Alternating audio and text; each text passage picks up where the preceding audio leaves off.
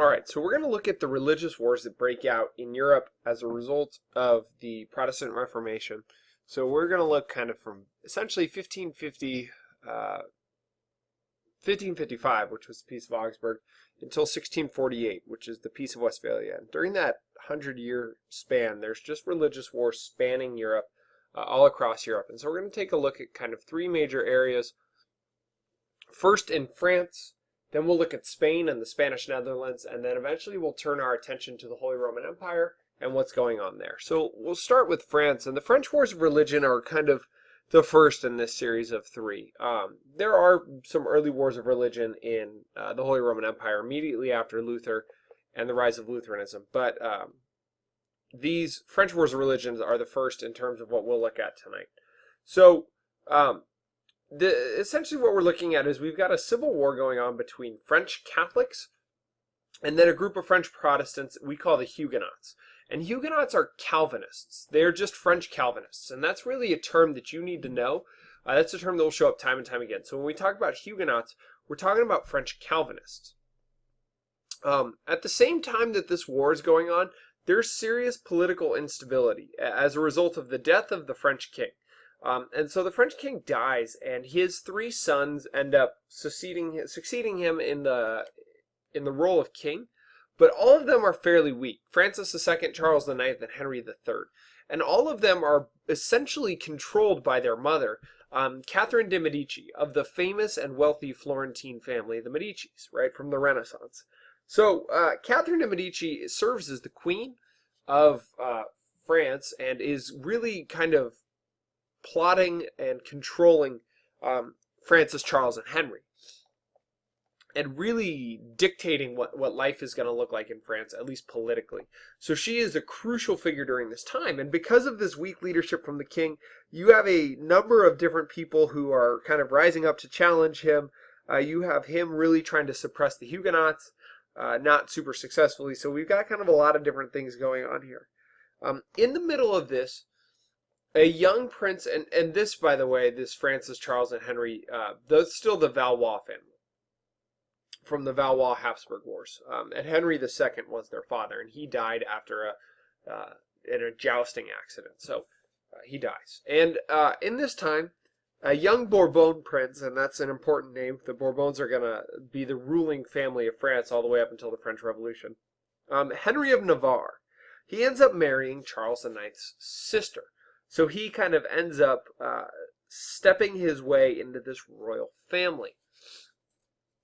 At this wedding, this royal wedding in Paris, it's essentially adding Henry of Navarre into the lineage of succession.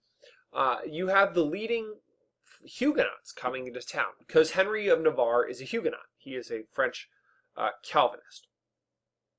So they all come to Paris to celebrate this wedding.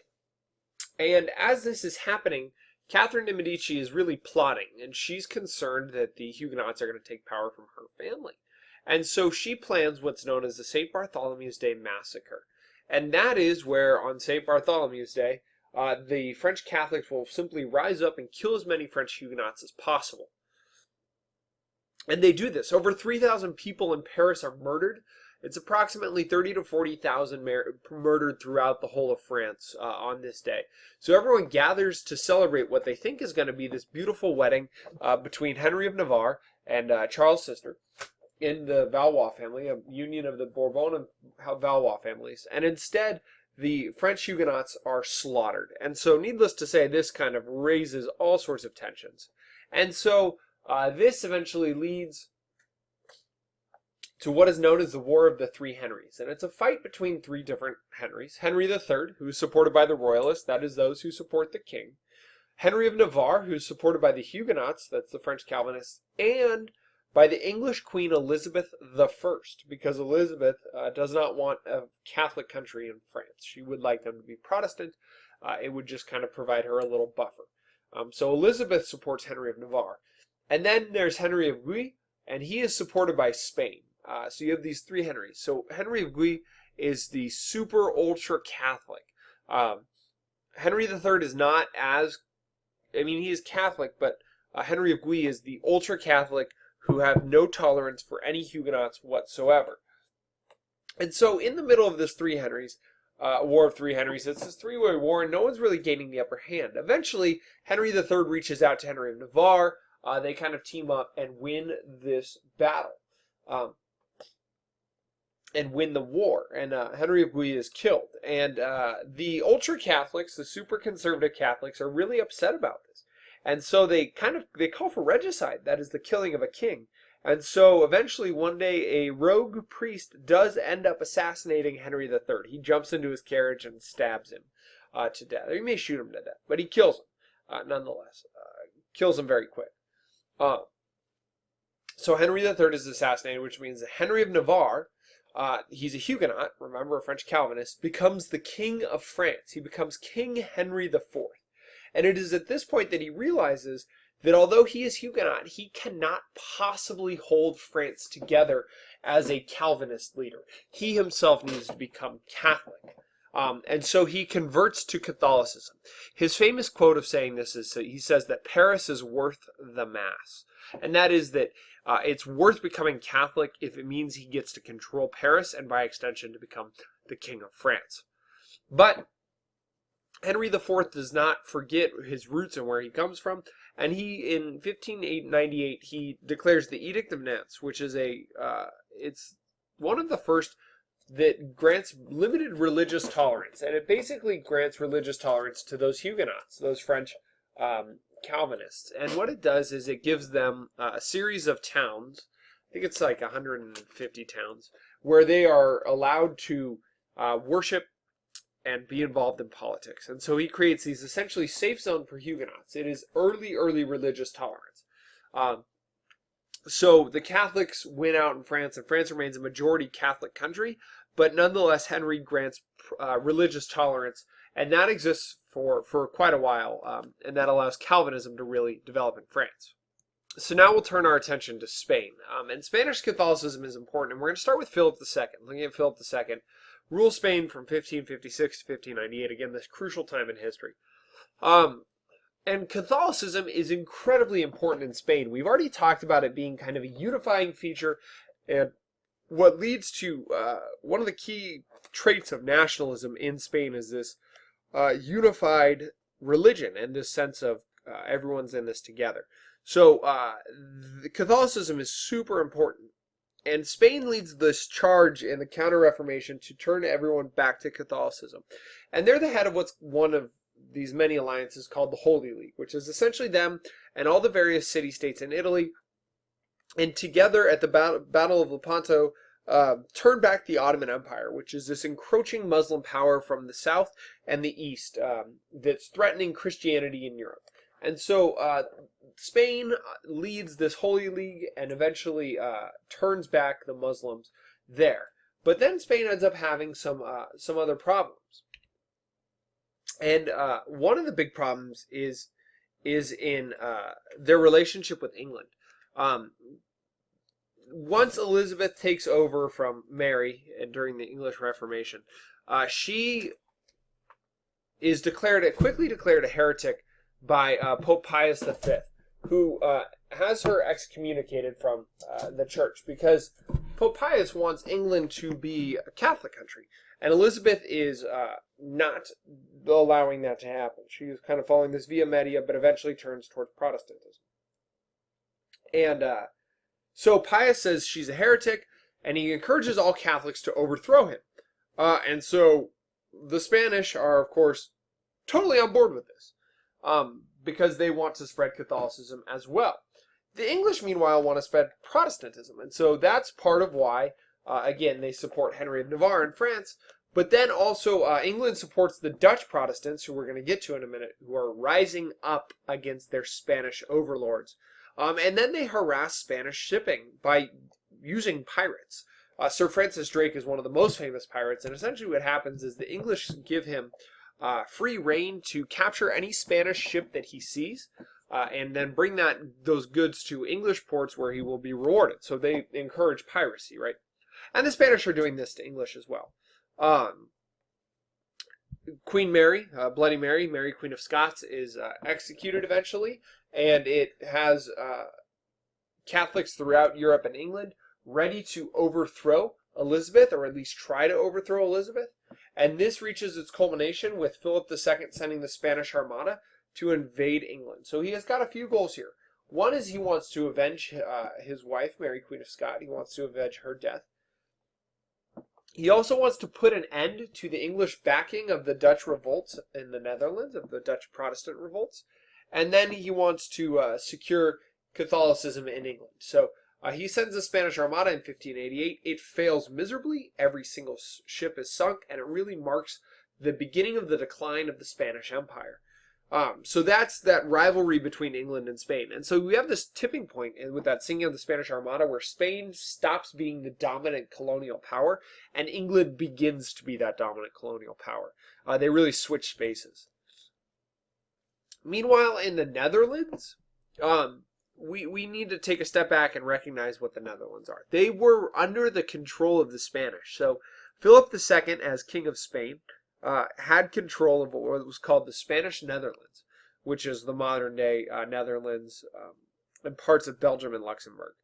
And it was super prosperous. There was a lot of money to be made there from wool, from agriculture, from tulips. There's just a lot of money to be made in that region throughout history. So it's important to Spain to hold on to that so they can continue to build their finances along with their colonial empire. But the problem is that Calvinists are really gaining influence in the Netherlands. And that's a problem for Philip II, who prides himself on this Catholic unity throughout Spain and throughout his empire. So Philip tries to root out Protestantism and enforce the decrees from the Council of Trent, and he is met with much resistance. The Protestants are led by William of Orange. He's often called William the Silent because of his serious demeanor. And so these Protestants under William of Orange fight back, and they fight against the Spanish for their independence. So you have two things going on here. One, you have this underlying sense of religious difference, right? Calvinists versus Catholics. But we also see nationalism, where you have the sense of we are Dutch, and so we should be free of the Spanish rule. And so these dual elements of religion and nationalism really make it difficult for Spain to fight this war. And it makes it very easy for the Dutch to rally together to kick the Spaniards out. The English very quickly jump in to support the Dutch with money and weapons and training because they want to see damage done to the Spanish. That is their great colonial rival. Also, Spain is trying to overthrow England, so that's not good. Eventually, Spain loses this war. In 1609, the northern provinces of the Netherlands, that is the modern-day Netherlands, gains their independence.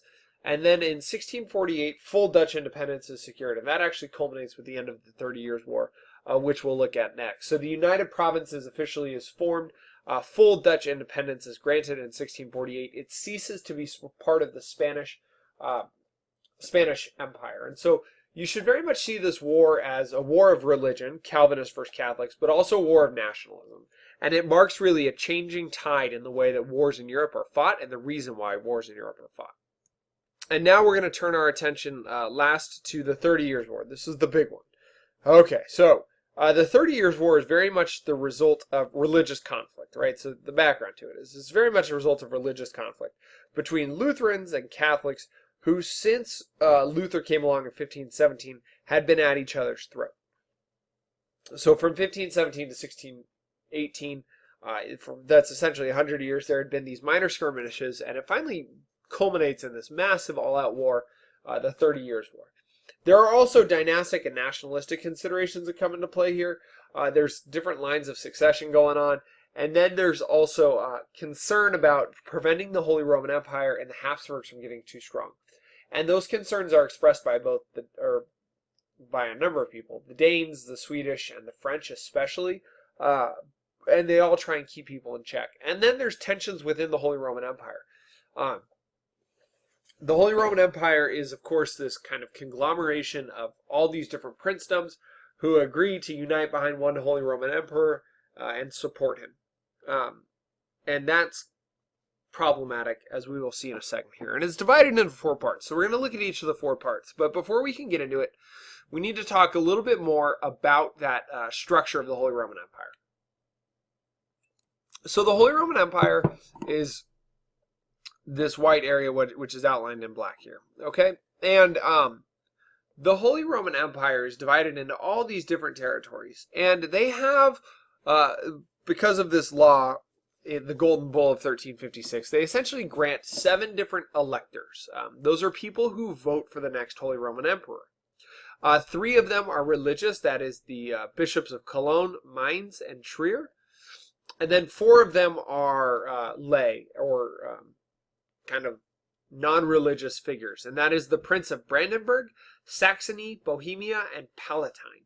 And so those 7 people, 7 men, will get together and they will elect the next Holy Roman Emperor. And that always just follows a line of succession. And it's just essentially being an elector grants you a little bit of a special title. It grants you a little more power and a little more influence, but not really anything seriously important. And it's not like they'd elect one of these guys to lead. The electors are always following this line of succession that already exists. So with that kind of background, we're going to get into what's known as the Bohemian Phase. So the Bohemian Phase begins in 1618, and it begins when Ferdinand is crowned Catholic King of Bohemia. And Ferdinand is the cousin of the Holy Roman Emperor at the time, Maximilian. And the peasants don't like this because they're Protestant. And Ferdinand is Catholic. And Ferdinand, not only is he Catholic, but he's very much anti-Protestant. And so he is this threat to the peasants who feel like they're going to be persecuted. And so they kind of rise up and they end up throwing 2 of his Catholic advisors out of a window of a building in Prague. And this is called the Second Defenestration of Prague. And this really sparks anger in Ferdinand. Those 2 advisors survive because they land in a pile of manure. But it's very humiliating. It shows the peasants are not happy with their king. And it shows the underlying tensions here between Lutherans and Calvinists and Catholics. And so that's happening. And as this is happening, the Holy Roman Emperor dies. And he is not, he doesn't have any children. So this title of Holy Roman Emperor passes on to the King of Bohemia, Ferdinand, who was the cousin. So he suddenly becomes the Holy Roman Emperor very quickly. And of course, the Protestants in that region are not happy about this at all. And so they essentially rise up into this rebellion, say that Ferdinand is not the King of Bohemia, but that the guy who was the elector of the Palatine, a Calvinist leader, and his name is Frederick. So Bohemia here, okay, Ferdinand's in charge of that. And then they say, no, Ferdinand's not actually the King of Bohemia, but Frederick from Palatine is the king. And so they like Frederick because he's Calvinist. And so as this happens, they rise up, and suddenly Ferdinand finds himself in a tough spot because Ferdinand, as Holy Roman Emperor, doesn't have any lands, and so he technically doesn't have an army. It's very much set up like the old medieval structure where the king, in order to raise an army, would have to ask his vassals, hey, will you raise an army for me? And then go from there. And because he's not able to raise an army, he turns to the Duke of Bavaria. And Bavaria is down in this area. It's southern Germany. And he asks the Duke of Bavaria for help. And he says, hey, will you give me an army? And in exchange, the Duke of Bavaria says, I will give you the army as long as, once we defeat this elector of Palatine, as long as you give me his electoral responsibilities. So Ferdinand says, that's fine. You can take that and we'll have a new elector. And it won't be this Calvinist dude, it'll be my ally. So in this first battle, the Battle of White Mountain, Ferdinand wins. He is the Catholic, wins. He is successful. They push them back. And all seems like it would end, except there's still a lot of these, as soon as this war breaks out, kind of all these different princes take up arms, and you have these roving bands of Protestants and Catholics just kind of itching for a fight. And this leads us to phase two, where the King of Denmark, who is himself Protestant, he is Lutheran. Remember that Lutheranism really spreads up in the Scandinavia region and in Eastern Europe as well. And so the King of Denmark says, look, I'm here to defend the rights of Protestants who are being stepped all over by this awful Holy Roman Emperor who is Catholic, who is taking away their rights. And so he says, I'm going to raise an army and I'm going to help defend my Protestant brothers in the Holy Roman Empire. Now, that's all well and good, but again, if we look at this map, Denmark shares a border here, and so there's obviously some other underlying motives. So Denmark takes up this mantle to fight as Protestants. Now, meanwhile, the Catholics are able to raise an army of 125,000 men behind Albert of Wallenstein. And so this is a serious army. This is a massive army for the time. And this army goes on and wins major victories in the north, quickly kind of crushes the Danes in a short amount of time. Really, 4 years is not very long. And the Habsburgs reach their high water mark, their highest level of achievement, in 1629. It is at this point that they issue something called the Edict of Restitution. And what the Edict of Restitution does is basically run the clock back to the way it was in 1552. And that's even before the Peace of Augsburg. So that outlaws Calvinism. Calvinism, not allowed. It's not allowed in the Holy Roman Empire. And it says, hey, Lutherans, all that property you've gained since 1552, yeah, you need to give that back. And that's a huge amount of land. I mean, that's a number of bishoprics and princedoms. That's even before the Peace of Augsburg was signed. So this is really this point of great achievement for the Holy Roman Empire. And this then causes real alarm bells to ring throughout the rest of Europe, specifically in two neighboring countries. And the first is Sweden. And so this leads us to then what's known as the Swedish Phase. And in this, King Gustavus Adolphus of Sweden decides that he's going to join this war to help defend Protestants as well. And he is going to do that, but he also really wants some German territory along the Baltic to kind of create this safe corridor for trade for him and to weaken the Holy Roman Empire. And Gustavus Adolphus, when we say King of Sweden, it's more than just Sweden. It's basically modern-day Norway, Sweden, and Finland. It's kind of all of that Scandinavian region up there. And so Gustavus Adolphus at this time has a relatively small but super well-equipped and well-trained army with the better muskets. It is like the best army of the time. And so the Swedish army kind of joins into this battle and quickly pushes back the Catholics. Eventually, Adolphus is killed in battle, and this staunches the bleeding for the Catholics and slows down the progress of the Protestants. And that's kind of initially good for the Catholics, but we'll see it becomes bad in a second here because it leads to Phase 4. The Franco-Swedish Phase, the French Phase, the International Phase. Any of those is what it's called. And what happens here is super unique. And it's this. For the first time, we have Catholics siding with Protestants against other Catholics. So up until this point, all these religious wars had been drawn along lines of what religion are you, Catholic or Protestant? But now we have French Catholics, right? The Kingdom of France is Catholic. And this under Louis the 13th, the Cardinal Richelieu. Specifically, Cardinal Richelieu is the name we're going to need to know here. But French Catholics under Cardinal Richelieu supporting Swedish Protestants and German Protestants against the Catholic Holy Roman Emperor. And the reason for that is because Cardinal Richelieu starts playing international politics in an effort to keep the Habsburgs weak and divided. He knows that if Germany is strong, the Holy Roman Empire on France's eastern front is strong, then they will always check the power of France and they will halt France's ability to expand overseas. So he really needs a weak Holy Roman Empire in order to gain the strength of France.